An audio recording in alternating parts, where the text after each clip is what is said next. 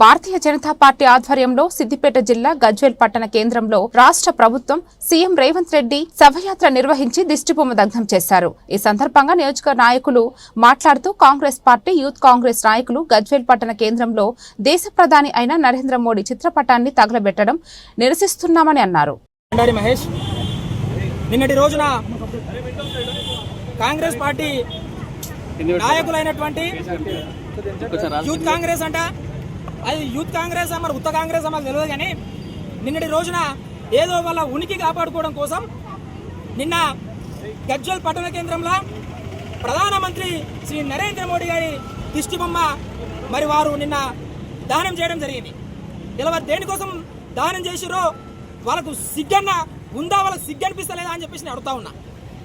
ఇలా కాంగ్రెస్ ప్రభుత్వం అధికారంలోకి రావడానికి ఇలా 6 గ్యారంటీలు 66 మోసాలతోటి ఇలా తెలంగాణ ప్రజలను మభ్యపెట్టి ఇలా వాళ్ళను నమ్మించి ఇలా వాళ్ళతో ఓట్లు వేసుకొని అధికారంలోకి వచ్చినటువంటి కాంగ్రెస్ పార్టీకి సిగ్గుండాలే, రేవంత్ రెడ్డికి సిగ్గుండాలే. ఇలా ఎన్ని హామీలు ఇచ్చినావు. ఇలా తెలంగాణ రాష్ట్రంలో ఉన్నటువంటి ఎవరైతే రైతులు ఉన్నారో ప్రతి ఒక్కరికి ఒకటే విడతల రుణమాఫీ చేస్తానే హామీ ఇచ్చినావు కదా రేవంత్ రెడ్డి, మరి ఎందుకు చేయలేదు అని చెప్పేసి నేను అడుగుతా ఉన్నా. మరి దాని మీద రైతుల గురించి ఎందుకు ఈ ఉత్త కాంగ్రెస్ పార్టీ నాయకులు స్పందించలేదని అడుగుతా ఉన్నా.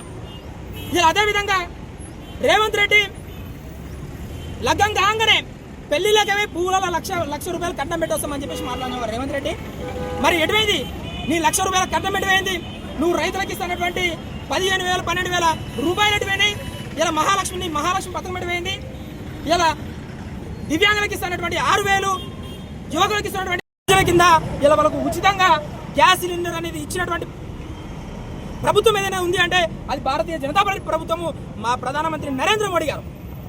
ఇలా కేవలం మీరు ఉనికి కాపాడుకోవడం కోసమే, ఇలా జనాలను తప్పుదేవ పట్టించడం కోసం మాత్రమే మీరు చేస్తున్నటువంటి కార్యక్రమాలు తప్ప మీరు నిజంగా ప్రజల మీద ఏదో ప్రేమతోని ప్రజల మీద అభిమానంతో చేస్తున్నటువంటి కార్యక్రమాలు కావు అని చెప్పేసి మీకు గుర్తు చేస్తా ఉన్నా. మరి మీరే అన్నారు కదా పేదలకు ప్రతి ఒక్కరికి 500కే గ్యాస్ సిలిండర్ ఇస్తామని చెప్పి అన్నారు కదా రేవంత్ రెడ్డి గారు. మరి ఇలా మరి నరేంద్ర మోడీ గారి ప్రభుత్వం, బీజేపీ ప్రభుత్వం ఇలా డబ్బులు పెంచింది అని చెప్పి మీరు మాట్లాడుతూ ఉన్నారు కదా. రాష్ట్ర ప్రభుత్వం మీది కదా, మరి మీరు మీకు నిజంగా ప్రజల మీద అంత చిత్తశుద్ధి అంత ప్రేమ ఉంటే మీరు ప్రజలకు అందించాలి కదా. మరి ఆ సోయి లేదా అని చెప్పేసి నేను అడుగుతా ఉన్నా. ఇలా ఇంకొక మాట మాట్లాడుతూ ఉండు రేవంత్ రెడ్డి, తెలంగాణ రాష్ట్రంలో బీజేపీని రానియము అని చెప్పేసి మాట్లాడుతుండు. రేవంత్ రెడ్డి సిగ్గుండాలి. నువ్వు కాదు కదా, నీ తాతల తరం కూడా కాదు బిడ్డ, బీజేపీని అడ్డుకోవడం అనేది నీ తరం కాదు. నీ తాతలు నీ ముత్తాతలు దిగొచ్చినా కూడా బీజేపీని అడ్డుకోవడం అనేది కాని విషయం అని చెప్పేసి నేను గుర్తు చేస్తా ఉన్నా. ఇలా నువ్వు ఆలోచించుకో ఒకసారి. ఇలా తెలంగాణ రాష్ట్రంలో ఉన్నటువంటి జరిగినటువంటి అసెంబ్లీ ఎన్నికల తర్వాత తెలంగాణ రాష్ట్రంలో జరిగినటువంటి ప్రతి ఎన్నికలో ఇలా బీజేపీ గెలిచి చూపించింది. ప్రతి ఎన్నికల్లో బీజేపీ సత్తా చాటింది. అలాంటిది వదిలిపెట్టి మర్చిపోయి ఇంకిత జ్ఞానం లేకుండా బీజేపీని రానియమని చెప్పి మాట్లాడుతూ ఉన్నాం బిడ్డ. నీ తరం కాదు. ఇంకొకసారి ఖచ్చితంగా నేను హెచ్చరిస్తా ఉన్నా, ఇక్కడ ఉన్నటువంటి యూత్ కాంగ్రెస్ నాయకులను హెచ్చరిస్తా ఉన్నా.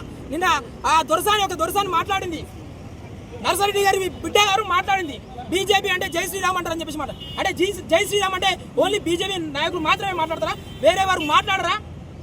ఇలా నువ్వు జై శ్రీరామ్ అని మాట్లాడుతున్నారని చెప్పేసి నువ్వు ఇలా హిందువులను కించపరిచే విధంగా నువ్వు మాట్లాడుతా ఉన్నావు. నువ్వు మాట్లాడినటువంటి మాటలు నువ్వు వెనక్కి తీసుకోవాలని చెప్పేసి మేము భారతీయ జనతా పార్టీ నుంచి మేము హెచ్చరిస్తా ఉన్నాం.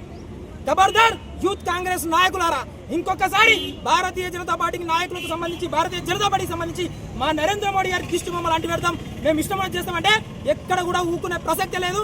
ఎక్కడికక్కడ మిమ్మల్ని అడ్డుకుంటామని చెప్పేసి నేను హెచ్చరిస్తా ఉన్నా.